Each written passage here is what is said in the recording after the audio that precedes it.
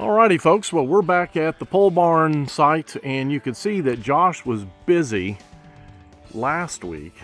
We had some if and on again weather and some other things, so he put up the purlins, and you can see he's also got the tuba tins up at the top that we'll be using ultimately to put the trusses on, and then Ray put in the blocks that we're going to need to attach the trusses to that.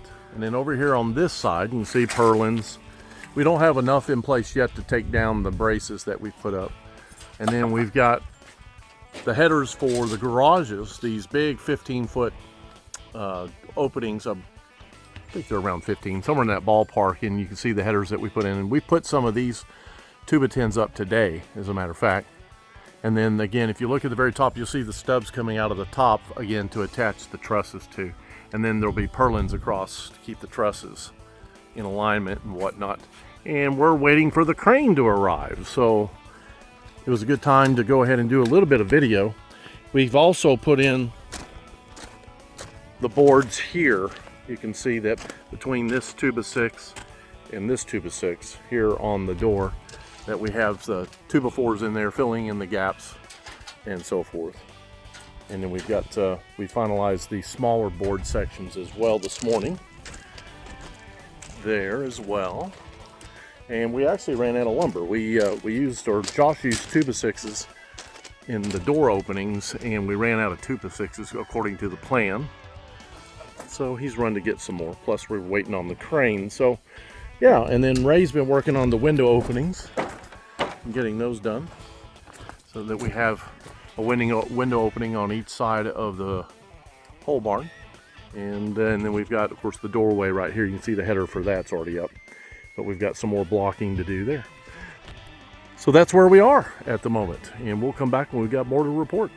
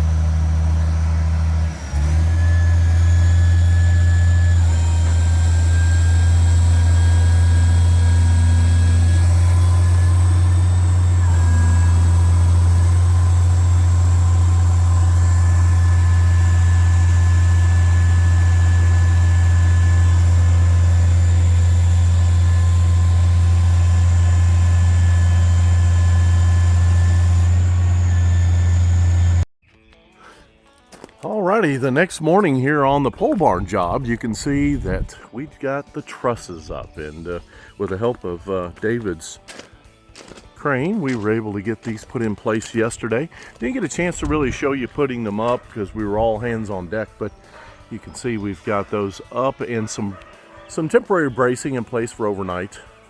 But we're going to be putting in the purlins and so forth properly today, and a lot of these outriggers and so forth that you see, these pieces of wood extending away from the building, they're going to come down once we get the rest of the framing done up top. So a lot of good stuff's happening. You can see it. Pole barns go up pretty quickly overall. You got a good foundation, the pad and so forth, and it's looking really good. It's coming together, and the metal's going to be a little while, but eventually we'll be putting that on too, or Josh will be. And Josh, what are we trying to accomplish today? Purlins and... We're gonna finish all the framing, purlins, onion bracing, where you got these windows headers in. Right. All the rat runs. Just get it all ready for metal. Ready for metal. Yeah. All right. And you can see we still have some lumber on the ground. These 20s that you see here in my frame, these go across the top as purlins. Yeah, there'll be purlins and rat runs. And not a whole lot of lumber over here to the right. We've got a little bit, but you can see. That's all going to be some bracing that I'm adding. It wasn't bracing. Part of the lumber package or the engineering or anything, but I'm adding it. You're adding it. I'm adding it, yeah. And again, a good somebody who's done this kind of work or just work in general, they can look at the basic plan and say, well, you know, I'd probably add something here or there. And that's what Josh is seeing in his mind. Cool. Alrighty. Well, as we probably get pretty close to finishing the purlins and stuff, I'll try to get a little bit of footage of that a little bit later this morning. Well, as you can see, Josh is up in the rafters, so to speak, and we installed a lot more lumber. Josh looked at the overall package and what was in it, and he actually went and bought additional lumber for additional bracing, rat runs, that sort of thing, up in the top there. But he was the one up in the rafters. He's fearless when it comes to that. And so that's what we're looking at here, taking a break with him up there. In our next picture coming up, we've got a better view of most of everything that's been installed up to that point. You can see we've got a window on this end framed out. We've got a window on the other end as well. We have most of the purlins, not all, on the right-hand side up at the top. You can see those horizontal lines, if you will, but we don't have that on the left-hand side, so that still needs to be done. But it's really starting to come together, and when you've never built one before, you get to see all the steps. And remember, this went from a lot with nothing to this point.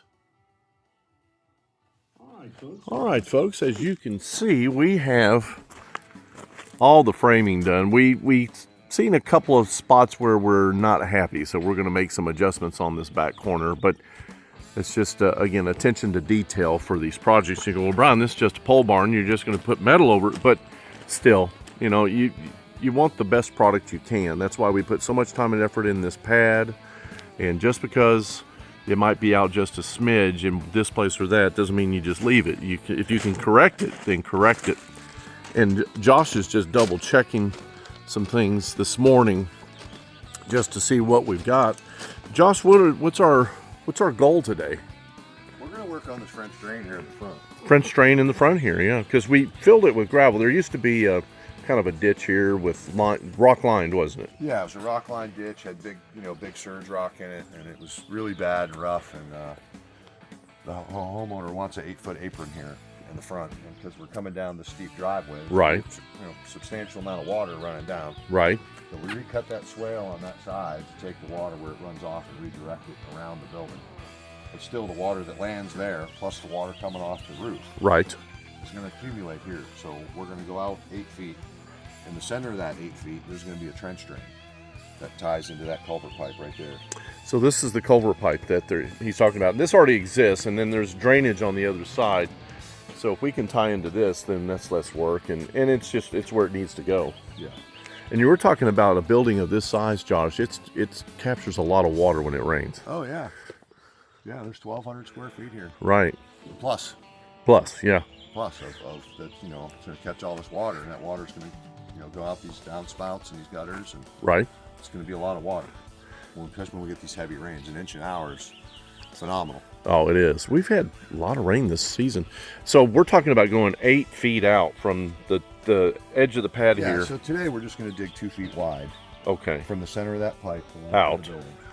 And we're going to pour the bottom of the trench. Bottom of the trench. The bottom of the trench. And what's the technique we're going to use for the pour today? We're going to use a dry pour. Dry pour. Yeah. So we're not bringing a truck or anything like that out here. It's just a yard of concrete. To get a yard here out of a truck would cost about $500 delivery charge. With the delivery, yeah. If I just go get the bags, and it's going to be about $250. Right. It's going to cost me about half as much for the concrete, and because it's the bottom of the trench drain, no one's ever going to see the bottom of the trench drain. It doesn't need to be finished as beautifully as the slab is. Right. Because it's the bottom of the trench drain. So you basically put your bags of concrete out dry, and then you just wet we're it? We're going to knock them out of the bag, shake it out of the bag dry, set the rebar in it, and then pour the next layer on top of that dry, and then wet it. So you're thinking 2 inches, rebar 2 inches, Yeah. roughly? So it'll be a 4-inch or that will bottom. be it? Yep. Okay.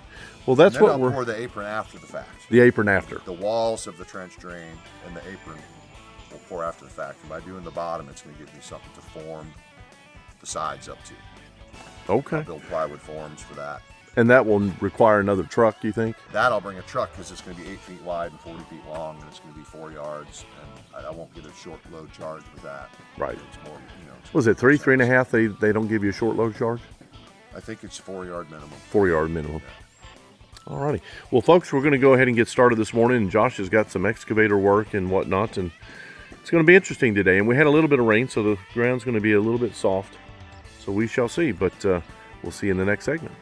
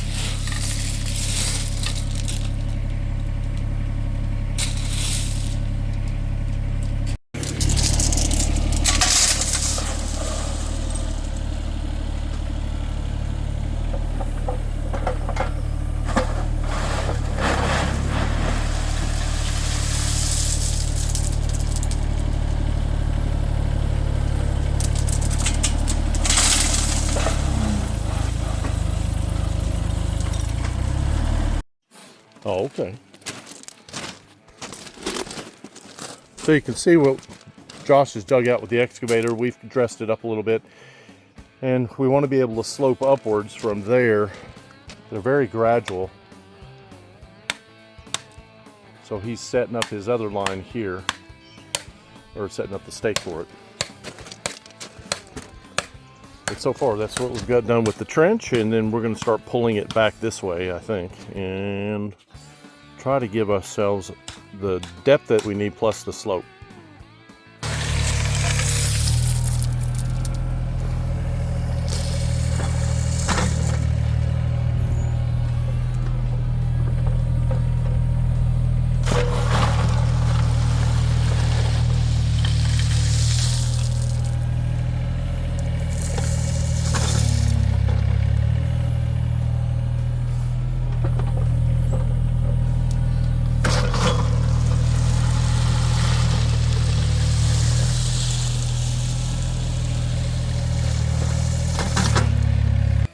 All right, Josh, bending rebar for this box drain.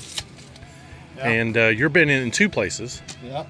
Because it's going to stick up and help bring in the sidewalls, or help anchor the sidewalls. And I've got my trailer on my truck, so hooking up the other rebar bender isn't really feasible. It's just not feasible. So I'm just using my style bracket on the side here. yeah, rebar bender 5,000. And I'm just bending it like that. All manual again. Just all manual. Hear that frog? I heard him.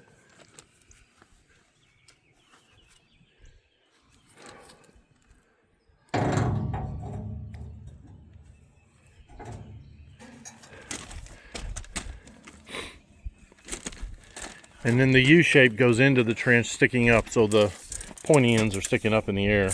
Yeah, these are going to stick up, and that will be the rebar in the walls. In the walls, yep. Okay. Just wanted to show you that, folks. When you're on site, you use what you got. All right, so now you can see where we are with the trench. And this is, you can't probably see this on the video, but this is angled upwards so that the rain comes into this culvert here at my feet. And you can see that we formed it up a bit. Now again, we're just going 4 inches And so we're using 2x4s for the forming. And you can see we're all framed out. And again, this is a drain. This is not going to get seen. So, but you want to do a good enough job that it's going to last. It's not going to crumble, crack, all those things. So when we get to doing cement, we'll come back. Well, I barely caught my breath. Josh has worked me pretty hard, at least for me. But you can see we did the dry pour, and he's got his rebar stubbed up where he can tie in the walls to this trench that he's building, this concrete. And the water that ultimately drains in here won't have any problem making it to the culvert. Right now he's wet it down with a bucket of water and a brush, and then went over it with one of his trowels to make it pretty decent. We may get some rain overnight. That will actually help us. We don't anticipate anything hard, but it's already a hard surface. It doesn't maybe look like it on film, but that will harden up significantly just with the water that he's put, and then it will continue to soak up moisture both from the ground and from above. Some moisture may get in from the sides around the forms. So that was kind of our mission today, was to dig this back out. And Josh wants to probably get back on Friday and kind of finish up what's going on here, because we have metal being delivered on Tuesday.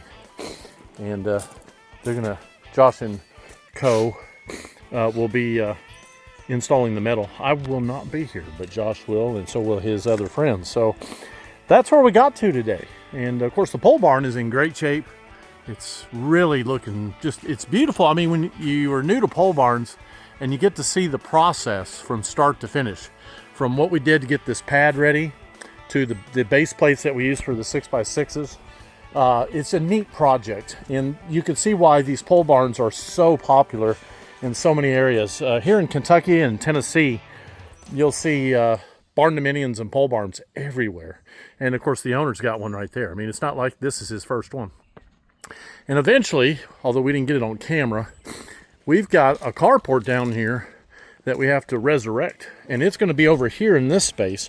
Josh had to move some dirt today. That's what you heard when I came on camera. He's still pushing some dirt because we need this pad. It's just going to be gravel, I believe. But we're going to resurrect the what you see down there. What is it, 20 by 30, Josh? 20 by 30 carport, and then he puts his RV in there. I don't know. He may end up putting his RV in one of these bays, but the pole barn's 30 feet deep, so the front of the carport will be lined up at the front of the building. Front of the building. We'll go all the way to the back. Right. So just visualize right across here. You'll see a carport plus this barn dominium, not barn dominium, pole barn, right in line, and it'll be about 4 feet off the pole barn. And we're also getting that hydrant. You can barely see it there on the left-hand side of the excavator, but we want that hydrant to be within the carport. So anyway, it's been a hard day for me. It's not work that I'm used to, but Josh puts up with it.